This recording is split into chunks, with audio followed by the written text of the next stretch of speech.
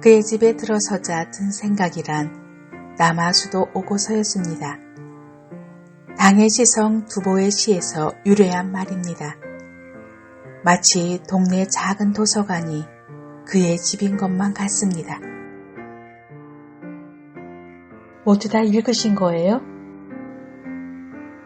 책들의 너덜함으로 모아 가연 현악을 위한 장신용이 아님이 분명합니다.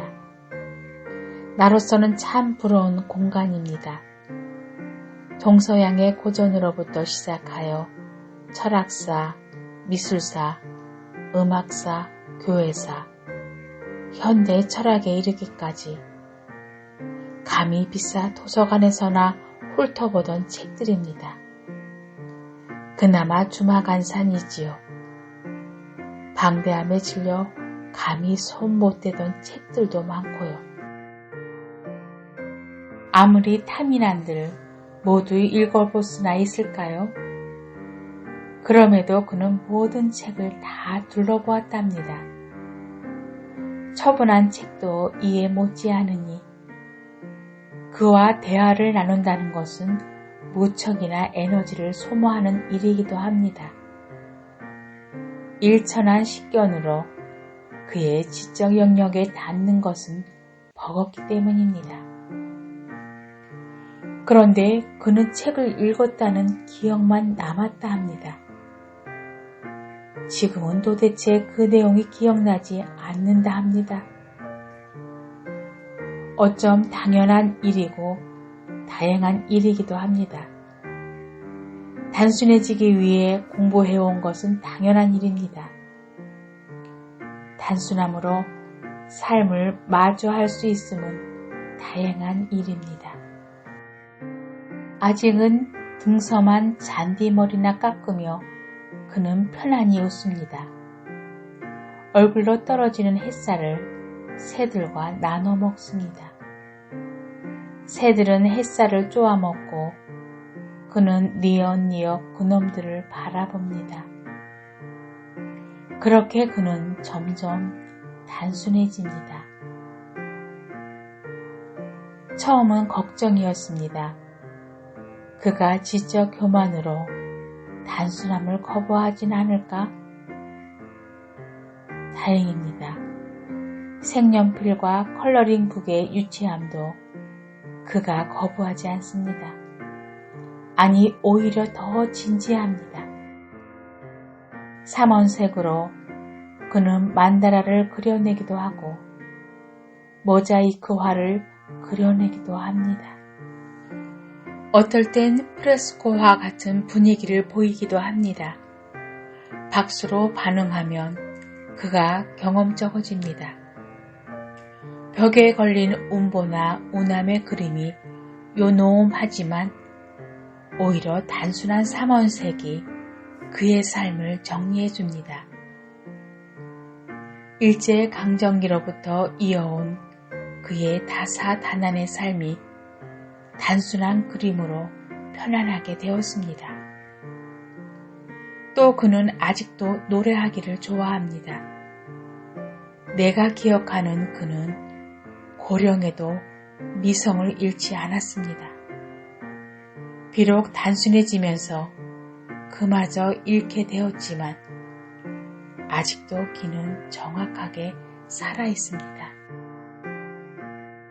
그러니 이번엔 내가 그를 조릅니다. 악보집을 꺼내 독일 가곡, 한국 가곡 배워달라 합니다. 그럼 그가 선생님이 됩니다. 어지러운 악보에서 내 얼굴은 일그러지지만 그가 한 소절, 내가 한 소절 합니다. 생목인 나로서는 참 어렵긴 하지만 그는 괜찮답니다. 다시 따라 부르면 이번엔 그가 박수합니다. 그럼 머리 극적이며 그 앞에 용기 내 곡 하나를 불러보기도 합니다. 그럼 그가 또 박수합니다. 나는 그에게 미술 선생님 놀이를 하고 그는 나에게 음악 선생님 놀이를 합니다. 마치 소꿉장난처럼 그도 단순해지고 나도 단순해집니다. 그러니 누구 하나 이득 볼 일도 없고 손해 볼 일도 없지요. 그러니 누구를 비난하거나 힐난할 일도 사라졌습니다. 세상을 향한 비평과 비판도 없어졌지요. 성과 속에 대한 비평과 비판도 사라졌지요. 어쩜 그가 그토록 많은 책을 공부했던 이유도 이렇게 단순해지기 위함은 아니었을까 조심스레 짐작해 봅니다. 어떤 날은 그의 낡고 너덜한 성경책을 뒤져봅니다. 그리고 그와 나의 단순함을 표현하는 성구를 마주합니다. 캘리그래프 종이 위에 그걸 함께 옮깁니다. 삐뚤빼뚤로 못생긴 글씨입니다. 다행입니다.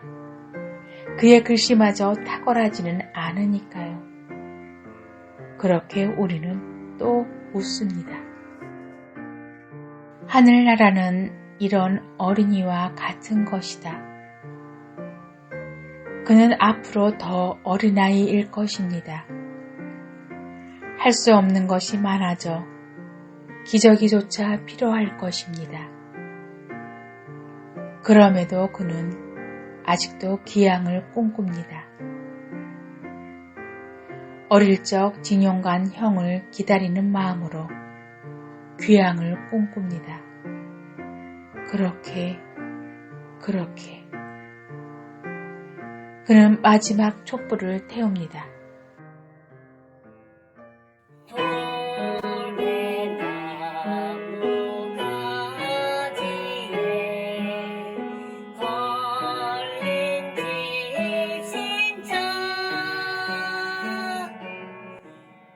이제 난 그와 함께 노래 부를 수 없습니다. 돌배나무도 집신짝도 그를 잊어버렸답니다. 단안했던 만다린 같던 삶도 하얗게 단순해졌으니까요. 거대한 책장만이 그가 이 세상을 살다 갔음을 증명합니다. 이젠 허탈함만이 그의 자리일 뿐이죠. 그러나 허탈함마저도 이젠 다행입니다. 삐뚤빼뚤 못생긴 캘리그라프가 그가 얼마나 아기가 되었는지를 보여주니까요. 삐죽한 색연필 그림들이 그가 얼마나 하늘에 가까이 갔는지를 보여주니까요. 이젠 안녕.